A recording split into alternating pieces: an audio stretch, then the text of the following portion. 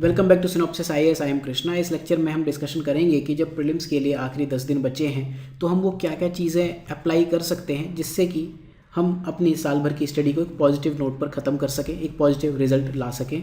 और क्या चीज़ें इंपॉर्टेंट होंगी जब आप रिवाइज़ करने जाओगे, आपको ये लगेगा कि मैं सब कुछ भूल जा रहा हूँ, तो उस चीज़ से हम कैसे पार पाएंगे। देन एग्ज़ाम हॉल में आप किस तरह से अप्रोच अपनी रखोगे, किस राउंड में क्या चीज़ें सॉल्व करोगे, एलिमिनेशन आपको कब लगाना है, लॉजिक कब लगाने हैं, चीज़ें छोड़नी कब है, इस बारे में हम बात करेंगे। देन कुछ क्वेश्चंस किस अप्रोच से सॉल्व करने इन जनरल बात करेंगे।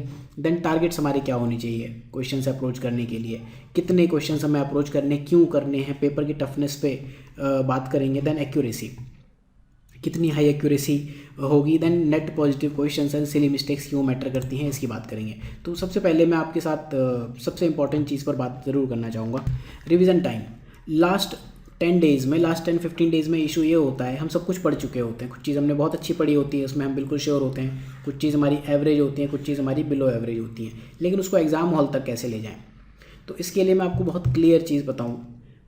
टाइम डिसाइड कर दो। पॉलिटी के लिए आप 1 डे दोगे, अदरवाइज़ आप पॉलिटी के लिए भी अगर 3-4 डेज़ दे देते हो, बाकी चीज़ें आपकी कहीं ना कहीं कंप्रोमाइज़ होंगी।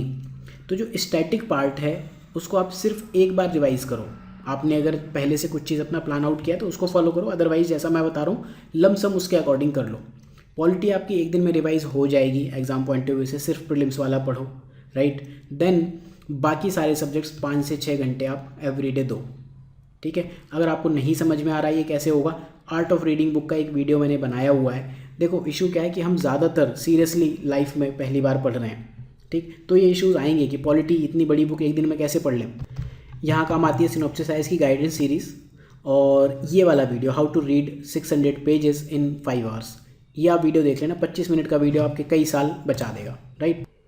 तो जो भी स्टैटिक पार्ट है उसके लिए आप इतना ही टाइम दो, इससे ज़्यादा आप टाइम नहीं दोगे, क्योंकि 10 दिनों में और भी बहुत कुछ करना है। तो मैं मान लेता हूँ कि पॉलिटी 1 डे आप लगा रहे हो और बाकी सारे सब्जेक्ट्स अप्रॉक्सीमेटली 10 सब्जेक्ट्स हैं, तो 1 + 10/2 5, तो 5 से 6 दिन तो आपके यही चलेगा स्टैटिक रिवाइज़ करने में इफेक्टिवली, ठीक है।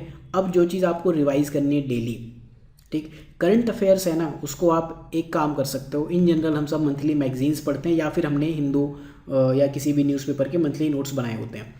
तो आप 2 से 4 घंटे एक मंथली मैगजीन को दो, कीवर्ड फाइंड आउट करो, क्या क्या चीज़ें इंपॉर्टेंट हैं। अल्टीमेटली ये रिवीजन टाइम आप रखो। और अगर एग्ज़ाम से पहले आपको लगे एक बार 10 से 15 मिनट में पेजेस पलट लेना, आपको चीज़ें याद आ जाएंगी बस। कई बार प्रीलिम्स में ऐसे क्वेश्चंस होते हैं जो आपने सिर्फ एक बार कहीं देखे हों, आपकी नज़र भी पड़ गई हो, तो आप सॉल्व कर लोगे। करंट अफेयर्स के लिए आप इतना टाइम दोगे इफेक्टिवली, ठीक। तो हमने 5 से 6 दिन स्टैटिक में लगा दिए, 1 से 2 दिन हमने करंट अफेयर्स में लगा दिए, टाइम हमारे पे वैसे नहीं बचा। लेकिन अब टेस्ट सीरीज़ की बात करें, या तो ये आप अपने नोट्स में ऐड कर चुके होगे, अब मत करना ऐड, या तो आप नोट्स में ऐड कर चुके हो तो आपका या तो ये स्टैटिक में आ गया या करंट अफेयर्स में आ गया। नहीं कर चुके हो तो फिलहाल छोड़ दो, इसका कोई पर्पज़ है नहीं। नए टेस्ट अगर आपको सॉल्व करने भी हो ना, तो 1 या 2 टेस्ट सिर्फ एग्ज़ाम मोड में सॉल्व करो, फुल लेंथ टेस्ट, उनको यूज़ एंड थ्रो रखो, इससे ज़्यादा उनका कोई पर्पज़ नहीं होना चाहिए। इससे ज़्यादा करोगे तंग हो जाओगे, कहाँ उनके आप बैक ट्रैकिंग करोगे। एक टेस्ट सीरियसली देने में 6 से 8 घंटे लगते हैं, ठीक है। फिर जो सबसे इंपॉर्टेंट चीज़ है, क्या चीज़ आप डेली रिवाइज करोगे, 2 से 3 घंटे, इनफैक्ट 4-5 घंटे भी दे पाओ तो इन 2 चीज़ों के लिए ज़रूर दो। कुछ हाइलाइटिंग टॉपिक्स हैं और प्रीवियस ईयर टॉपिक्स हैं, इनके लिए प्रीवियस ईयर के आप 4 से 5 साल के पेपर तो कर ही लो। अगर सिनॉप्सिस के स्टूडेंट हो तो अपना MSGP कोर्स रिवाइज करो। एक बार आपके पास टाइम हो तो ये फ्री वीडियोस ज़रूर देख लेना। MSGP में अराउंड 14-15 वीडियोज़ हैं जो इस साल के रिकॉर्डेड हैं, लास्ट ईयर की। ये वीडियोस भी आपको बहुत ज़्यादा हेल्प करेंगे। इसमें से आप जितने मैक्सिमम वीडियोस देख पाओ वो ज़रूर देख लेना। Apart from that, type of MCQ in UPSC prelims and type of keyword in CSAT, ये 2 वीडियोज़ आप ज़रूर देख लेना, आपको आइडिया लग जाएगा एग्जाम में किस तरह के क्वेश्चन पूछने वाले। दूसरी मैंने बात की थी हाइलाइटिंग टॉपिक्स। सिनॉप्सिस की वेबसाइट पे जाके स्पेशल कोर्सेज में 20-20, 50-50 सीरीज़ में जाना, यहाँ पर टॉपिक लिस्ट में जाना, ये टॉपिक्स हैं। आई एम नॉट टेलिंग कि आप कोर्स परचेज करो, बट जहाँ भी आपके नोट्स में ये टॉपिक्स आपको दिखें, राइट, मॉडर्न हिस्ट्री में ये वाले टॉपिक्स अगर आपको दिख जाएं, ये आपको डेफिनेटली एक बार अच्छे से रिवाइज कर लेने। आप जानते हो इन टॉपिक से लगातार क्वेश्चंस आते हैं। कॉन्स्टिट्यूशनल डेवलपमेंट हो गया, ये इंडियन रिस्पॉन्स हो गए, सोशल रिफॉर्म मूवमेंट हो गया, ब्रिटिश पॉलिसीज, ये आपको रिवाइज करना है। देन आर्ट एंड कल्चर में आप देखो ये जो टॉपिक्स हैं, एंशिएंट एंड मिडिवल का 1 लाइनर, ये आपको कहाँ मिलेगा, सिनॉप्सिस के यूट्यूब चैनल पर। ये आप 2 वीडियो देखना, medieval history 1 liner and ancient history 1 liner, free videos हैं, आप ये देख लेना। छोटे छोटे वीडियोज़ हैं, पिछले 2 साल पहले ये वीडियो रिलीज़ किया था और इससे हर साल इसमें क्वेश्चन पूछे हैं, राइट। तो 1 लाइनर आप देखोगे, एंशिएंट एंड मीडिएवल के मैप, कैपिटल, पोर्ट, ये चीज़ों पर थोड़ा ध्यान दे देना। विजयनगर एक बार रिवाइज कर लो। विजयनगर जब आप रिवाइज करते हो तो बहामानी उसके साथ फ्री में रिवाइज किया करो, उससे भी क्वेश्चंस आते हैं। इंडियन लिटरेचर वाला पार्ट रिवाइज कर लेना। फिलॉसफी, बहुत ज़्यादा इंडियन फिलोसफी में मत घुसो, क्योंकि इससे क्वेश्चन या तो बहुत ईजी आएंगे, आराम से सॉल्व हो जाएंगे, या फिर इतने टफ आएंगे फिलोसफी और रिलीजन से कि आप कुछ नहीं कर सकते। बुद्धिज्म, जैनिज्म से जो क्वेश्चंस पूछ लेता है वो इन जनरल फिर आप छोड़ो, उसमें जो एलिमिनेशन ट्रिक्स हो जाए ठीक है, well and good. Rock cut architecture, traveller, GI tech, इनमें आप जितना पढ़ पाओ दैट इज़ एनफ। ठीक, साइंस टेक के ये टॉपिक्स एक बार देख लो, आईआर के ये टॉपिक्स आप देख लो, इन्वायरमेंट, देन मैप्स अगर आप देख पाओ तो ये टॉपिक्स डेफिनेटली देख लो। मैप में प्रीवियस ईयर ज़रूर रिवाइज कर लेना। इकोनॉमी में भी ये चीज़ आप देख लो। इसके अलावा गवर्नेंस के जो पीटीवीटी आपके हों वो रिवाइज कर। अगर आपको लगता है कि किसी भी सब्जेक्ट के आपके करंट अफेयर्स बाकी हैं तो बहुत एग्जॉस्टिव वे में सारे करंट अफेयर्स यहाँ हैं, ये फ्री वीडियोस आप देख सकते हो टॉपिक वाइज। ऑलमोस्ट सारे वीडियोस हमने अपलोड कर दिए, 1-2 दिन में सारे रिलीज़ भी हो जाएंगे। तो ये आपको ध्यान रखनी ये चीज़ें। प्रीवियस ईयर का मैं आपको बता चुका हूँ, हाइलाइटिंग टॉपिक्स बता चुका हूँ, आपको ये चीज़ें बिल्कुल ध्यान में रख के चलनी है। ठीक है, आगे बात करते हैं। अब अप्रोच आप क्या रखोगे एग्ज़ाम हॉल में जब आप MCQ सॉल्व करोगे। सबसे पहली चीज़, when you know the answer, तब आप गलती नहीं कर सकते। अगर आपको आंसर पता है, बहुत इजी क्वेश्चन है, वहाँ आप गलती कर दोगे तो आप राउंड 1 में ही बाहर हो गए। अपने क्वेश्चन पेपर को आप 2 से 3 राउंड में सॉल्व करो। 3 राउंड्स बेस्ट होते हैं, इन जनरल सब लोग कर लेते हैं, कुछ लोग 4 राउंड्स तक भी जाते हैं। ठीक, तो राउंड 1 में आप वो क्वेश्चन ज़रूर सॉल्व करो। एक तो 1 से लेकर 100 तक आप क्वेश्चंस देख लो सारे, ठीक है। और जब आपको पता चल जाए कि आपको आंसर पता है, वो गलत मत करना। जैसे ईश्वरचंद्र विद्यासागर का क्वेश्चन था इस साल, सहगल और ढिल्लन वाला क्वेश्चन था, अगर आप वो गलत कर दोगे तो फिर क्या होगा, वहाँ तो फिर बहुत ज़्यादा दिक्कतें फंस जाओगे। और ऐसे क्वेश्चंस पे बहुत ज़्यादा दिमाग मत लगाना, ओवर थिंकिंग करके लोग आते हुए क्वेश्चन नेगेटिव करते हैं। अदरवाइज़ ये बहुत ईजी क्वेश्चन हैं, आराम से सॉल्व होते हैं।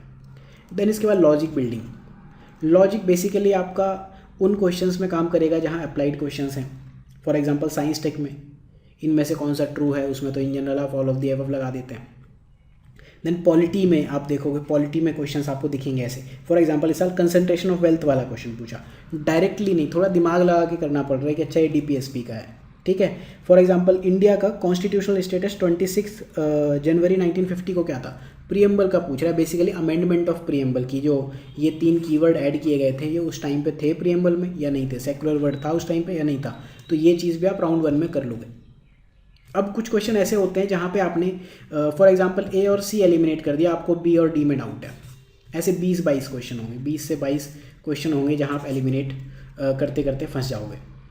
इसमें आप क्या करो कि राउंड 1 में फॉर एग्जांपल आपने क्वेश्चन नंबर 3 में A और B एलिमिनेट कर दिए, तो आप वहाँ इमीडिएटली कट कर दो। क्वेश्चन नंबर 8 में आपने A एलिमिनेट कर दिया था, आप इमीडिएटली कट करो।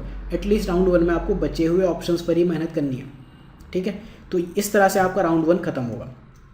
राउंड 2 में जो बाकी टिप्स एंड ट्रिक्स हैं, ठीक है, वो चीज़ आप अप्लाई करो। एंड राउंड 3 जब आपका ये हो जाए, अगर आपको आंसर नहीं पता तब ट्राई करो कुछ क्वेश्चंस अटेम्प्ट करने की। जैसे इस साल पूछा है कि मिडेवल एरा में सूबेदार वाला क्वेश्चन पूछ लिया। अब सूबेदार हो सकता है आपको ना आता हो, लेकिन ये तो पता है ना सूबा सबसे बड़ा होता है, तो एटलीस्ट कुछ एलिमिनेट कर लोगे या कुछ आप तुक्का मार सकते हो, अगर आप कर पाओ तो कर लो। एंड ये भी आप लास्ट राउंड में डिसाइड करोगे कि क्वेश्चंस कब छोड़ने हैं कब नहीं छोड़ने। ठीक, एक ये चीज़ इसमें आपको बहुत ज़्यादा हेल्प कर जाएगी। जहाँ मैंने बात की type of MCQ in UPSC prelims, यहाँ पर मैंने 18 टाइप ऑफ MCQ की बात की है। अगर मैं आपको क्विकली रिकॉल कराऊँ ये वीडियो में हमने क्या बात की थी जो आपको काम आएगा, इसमें हमने बात की थी कि 2 statement type A and B जब क्वेश्चन होते हैं, एसर्शन रीजनिंग के 2 टाइप के क्वेश्चन, जब बहुत सारी टर्म्स हों कि A, B, C recently seen in news, ये क्या है।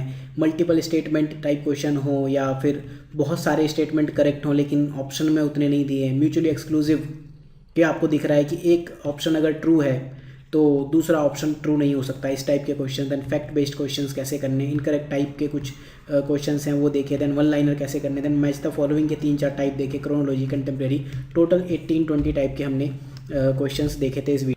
सिमिलरली अगर मैं CSET की बात करूं तो यहाँ टाइप ऑफ कीवर्ड में मैंने ये बात की है कि चाहे शॉर्ट पैरा हो या लॉन्ग पैरा हो, inference, assumption, conclusion, crux, implication, corollary, argue and passage based question, इन्हीं में सारा कुछ, सारा CSET कॉम्प्रहेंशन आपका समाहित है।